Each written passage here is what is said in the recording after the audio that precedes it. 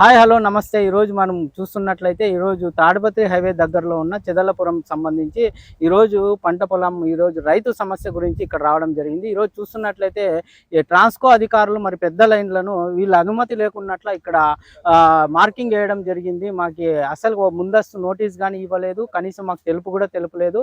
ఈరోజు మాకు పండే పొలంలో ఏ విధంగా దీన్ని వేస్తారు, మరి ఫోల్స్ ఏ విధంగా నాటుతారు అని చెప్పేసి, అది కూడా చిన్న లైన్ అయితే మేము కూడా స్వాగతించే వాళ్ళం. పెద్ద లైన్ వేస్తూ ఈరోజు మాకు పంట పొలాన్ని మరి అదేవిధంగా హైవే పక్కలో ఉన్న కోట్ల విలువ చేసే మరి పొలాన్ని పోగొట్టుకునే పరిస్థితి వస్తుందని వాళ్ళు చాలా ఆవేదన వ్యక్తం చేస్తున్నారు. వారితో మరిన్ని విషయాలు తెలుసుకోండి. ఈ రోజు మీరు మీడియాకు పిలిపించినారు, మరి ఈ రోజు మీ సమస్య ఏంటి, మరి ఎందుకు మాకు పిలిచడం జరిగింది?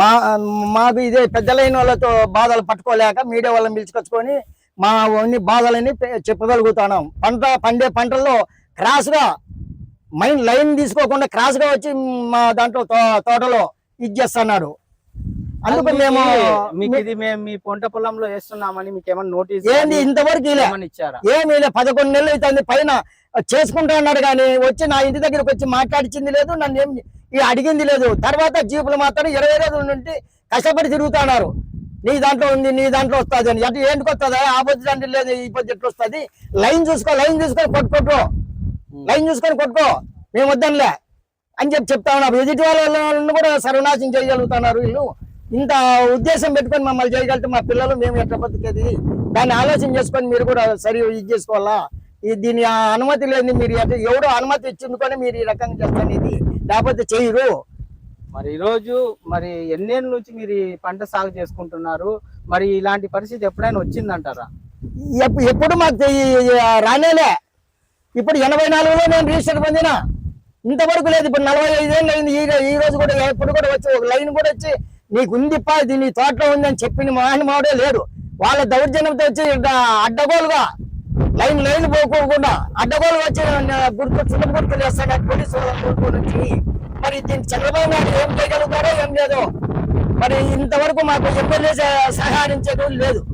అంటే మీరు ఇప్పుడు నిన్న పోలీసులు కూడా వచ్చినారు, ఏమంటున్నారు వాళ్ళు? పోలీసులు వచ్చి 100 మంది పోలీసులు వచ్చి మేము చేయగలుగుతామని ఒక కాగితం మాట్లాడారు.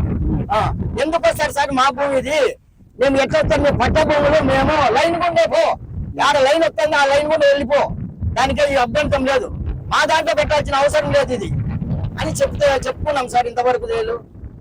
ఏమంటున్నారు వాళ్ళు? అసలు దీని గురించి వాళ్ళు ఏం చెప్తున్నారు? వేసేదే అంటున్నారు. వేసేదే అంటాడు.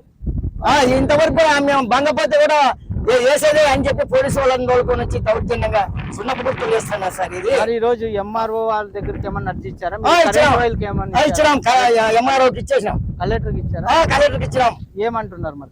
కలెక్టర్ చేస్తాం లేప న్యాయం అని చెప్పినారు, కానీ ఇంతవరకు మాకు మన సోమవారం నుండి కూడా ఇచ్చినాము, ఇంతకుముందు కూడా ఎంఆర్ఓ కూడా ఇచ్చినాము. చేస్తాం లేప న్యాయం చేస్తాము, ఎక్కడ లైన్ ఉంటే అక్కడ పోతాయి, మీరు గంగవరం పడద్దారి అని చెప్పగలిగినారు సార్. ఇది చేయకుంటే మీరు ఏం చేయాలనుకుంటున్నారు? మేము చేయకం, వాళ్ళు చేయకుండా పురుగుల మంది సాయాల్సిందే. మాకు అవసరం ఈ భూమి కూడా వద్దు, ఈ భూమి కూడా వద్దు. ఇంకేం చేయాలి? తలకాయ వెనక్కి మేము ఏం చేయాలా? ఎంతమంది పిల్లలు? 5 మంది ఆడపిల్లలే. ఒక ఆయన డిగ్రీ చదివి స్కూల్ లేకుండా వెళ్ళిపోయింది. 2 పిల్లలు ఎంఎస్సీ ఎంఏ చదివి ఉన్నారు. మరి వీళ్ళంతా కూడా ఏం గతి పడతారు? రాత్రి అంతా మేము మేలుకొని ఉన్నాము.